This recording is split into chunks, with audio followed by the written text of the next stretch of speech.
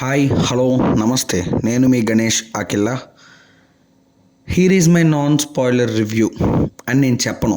ఎందుకు అనంటే ఇది రివ్యూకి సంబంధించిన వీడియో కాదు, కేవలం ఇట్స్ మై పర్సనల్ ఇంట్రెస్ట్తో నేను చేసిన వీడియో.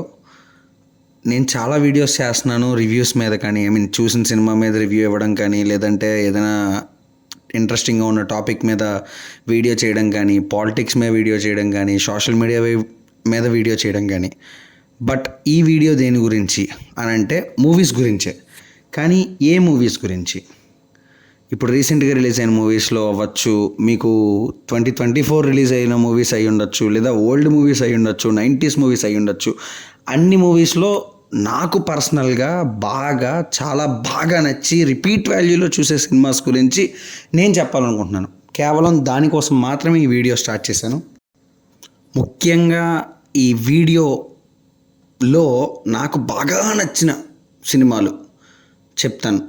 మీ అందరికి కూడా నచ్చి ఉండొచ్చు. నచ్చితే కనుక కింద కామెంట్ చేసి చెప్పండి, ఏం పర్లేదు. అంతకంటే ముందు ప్లీజ్ నా ఛానల్ని కొంచెం సబ్స్క్రైబ్ చేసుకోండి. సబ్స్క్రైబ్ చేసిన వాళ్ళందరూ వాళ్ళకి తెలిసిన వాళ్ళ చేత కూడా సబ్స్క్రైబ్ చేయించండి. గంట కొట్టండి.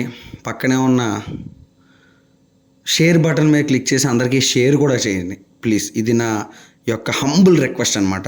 ఓకే, వీడియోలోకి వెళ్ళిపోదాం లేట్ చేయకుండా. 2025లో ద తోపెస్ట్ మూవీస్ అని ఏమైనా ఉన్నాయా అని నన్ను అడిగితే, నేను చూసిన సినిమాలన్నింటిలోనే కాదు, నాకు తెలిసినంతవరకు 2025లో బిగ్గెస్ట్ తోపెస్ట్ అనే సినిమా ఏదీ లేదు. అన్నీ అలా అలా అలా వచ్చిన సినిమాలు తప్పితే ఏది తోపెస్ట్ సినిమా అంటూ నాకేం అనిపించలా. ఓకేష్గానే అనిపించినాయి. కొద్దో గొప్ప రిలీజ్ అయిన అన్ని సినిమాల్లో కంపేర్ చేసుకుంటే ఒక్క డాకు మహారాజ్ ఒకటే బెస్ట్ అనిపించింది, అంతే. ఇంకా అంతకుమించి అన్నీ తుతుమురే సినిమాలే. ఓకే, మనం ఇప్పుడు బెస్ట్ మాట్లాడుకుందాం. నన్ను అడిగితే నేను చాలా సినిమాలు చూశాను రీసెంట్ టైమ్స్లో. ఆ రీసెంట్ టైమ్స్లో ద బిగ్గెస్ట్, నన్ను చూడాలి మళ్ళీ ఆ బిట్లుగా ఏందైనా సరే ఆ సినిమా చూడాలి అని అనిపించిన మొట్టమొదటి సినిమా విక్రమ్. ఎందుకో నాకు తెలీదు, విక్రమ్ మూవీ చూస్తున్న ప్రతిసారి అదొక హై ఉంటుంది బాడీలో కానీ ఆలోచనలో కానీ. ఆ ఫైట్ సీక్వెన్సెస్, ఆ స్క్రీన్ ప్లే, ఆ నెరేషన్ చాలా చాలా చాలా బాగా నచ్చింది నాకైతే. ఎందుకు అని అంటారా? ఐ డోంట్ నో, నాకు కూడా రీజన్ తెలియదు. ఎందుకంటే నేను ప్రతిసారి చూస్తూ ఉంటా, అది ఎన్నిసార్లు చూసినా అరే ఇదిరా సీను, ఇదిరా సినిమా అనే ఫీలింగ్ అనమాట. ఒక హైతో ఉంటుంది. లోకేష్ కనగరాజ్ డైరెక్షన్ అవ్వచ్చు, అనిరుద్ధ్ బీజిఎం అవ్వచ్చు, కమల్ హాసన్ గారి యాక్టింగ్ అవ్వచ్చు, మన ఫాత్ ఫసిల్ గారి యాక్టింగ్ అవ్వచ్చు, అబ్బో చాలా ఉన్నాయి సినిమాల్లో చెప్పుకొని, విజయ్ సేతుపతి గారి యాక్టింగ్ అవ్వచ్చు.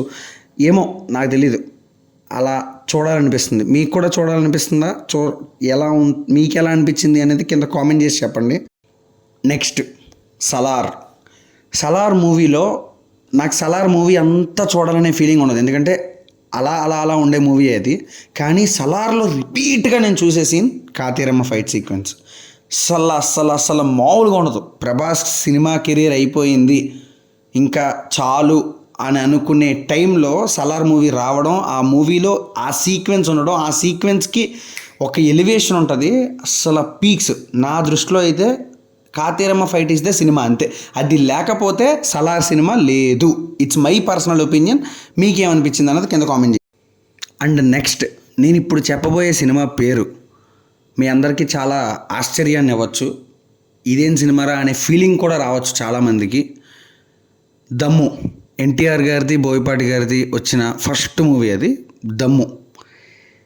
లిటరల్లీ ఆ సినిమా చూసినప్పుడు చాలామంది థియేటర్ల బయట టికెట్ల కోసం కొట్టుకున్నారు. నాకు తెలిసినంతవరకు నేను థియేటర్లకు వెళ్ళినప్పుడు చాలా ఫుల్ రష్గా బ్లాక్లో టికెట్లు అమ్ముకుని బీభత్సంగా వచ్చింది కలెక్షన్. కానీ సినిమా టాక్ అయితే డిజాస్టర్, ఫ్లాప్, మామూలుగా కాదు. కానీ ఇప్పటికీ నాకు నచ్చే సినిమా అది. ఎందుకు అని అంటారా? ఫైట్ సీక్వెన్సెస్లో ఓవర్గా ఉండొచ్చు, అదంతా ఓకే, కానీ సినిమాలో ఒక గట్టి ఎమోషన్ ఉంటుంది. ఆ స్క్రీన్ ప్లే రన్ అవుతుంటే ఆ ఎమోషన్ అనేది చాలా బాగా క్యారీ అవుతుంది. ఎన్టీఆర్ గారి పర్ఫార్మెన్స్ బాగుంటుంది, బోయపాటి గారి డైరెక్షన్ బాగుంటుంది, అంతకంటే ముందు కీరవాణి గారి బీజిఎం బాగుంటుంది. ముఖ్యంగా బీజిఎం దెబ్బకి, ఆ ఎమోషన్ సీక్వెన్సెస్కి లిటరల్లీ ఆ సీక్వెన్సెస్ దగ్గరే నాకు చాలా బాగా కనెక్ట్ అయ్యాను నేను. ఆ సినిమా కూడా నేను రిపీట్ వాల్యూలో చూస్తూ ఉంటా. మీకు ఎలా అనిపించింది అది కూడా కింద కామెంట్ చేయండి. అండ్ పోకిరి, ఒక్కడు, భారతీయుడు, తర్వాత మన కమల్ హాసన్ గారిది నాయకుడు, ఈ మూవీస్ లిటరల్లీ అన్నీ ఒకే టైప్లో ఉంటాయి. ఒకే టైప్లో ఇన్ ద సెన్స్ స్టోరీ లైన్లు కాదు, స్క్రీన్ ప్లేలు కాదు, ఒకదాన్ని మించిన ఒకటి ఉన్నట్టు ఆ స్టోరీని బేస్ చేసుకుని ఆ స్టోరీతోనే రన్ అయ్యే సినిమాలు. ముఖ్యంగా పోకిరి, ఆ ట్విస్ట్ అందరికీ తెలిసిందే. ఆ పోకిరి అంటే గుర్తొచ్చేది ఆ కృష్ణ మనోహర్ ఐపీఎస్ ట్విస్ట్. ఆ ట్విస్ట్ వింటున్నంతసేపు అసలు టైప్ ఆఫ్ మణిశర్మ గారి బీజిఎంకి బాడీ అంతా రోమాలు నిక్కు పుడుచుకున్నాయి అంటారు చూసారా, అదే గూస్ బంప్స్ అంటారు కదా, అలా వస్తుందన్నమాట. సో ఇలా చాలా సినిమాలు ఉన్నాయి. అండ్ నాకు అనిపించిన సినిమాల్లో ద బెస్ట్ మూవీస్ అనేవి నా పర్సనల్గా ఈ పోకిరి ఒకటి, విక్రమ్ ఒకటి, సలార్ ఒకటి, దమ్ము ఒకటి, ఈ 4 సినిమాలు పర్సనల్గా, భారతీయుడు ఒకటి, ఈ 5 సినిమాలు పర్సనల్గా it's my purely personal opinion. ఈ 5 సినిమాలని మించి ఇలాంటి స్టోరీల్లో మళ్ళీ మళ్ళీ రావాలి అని అంటే ఐ గెస్ నేను మళ్ళీ ఇంకా రావేమో అనే ఫీలింగ్ వస్తుంది.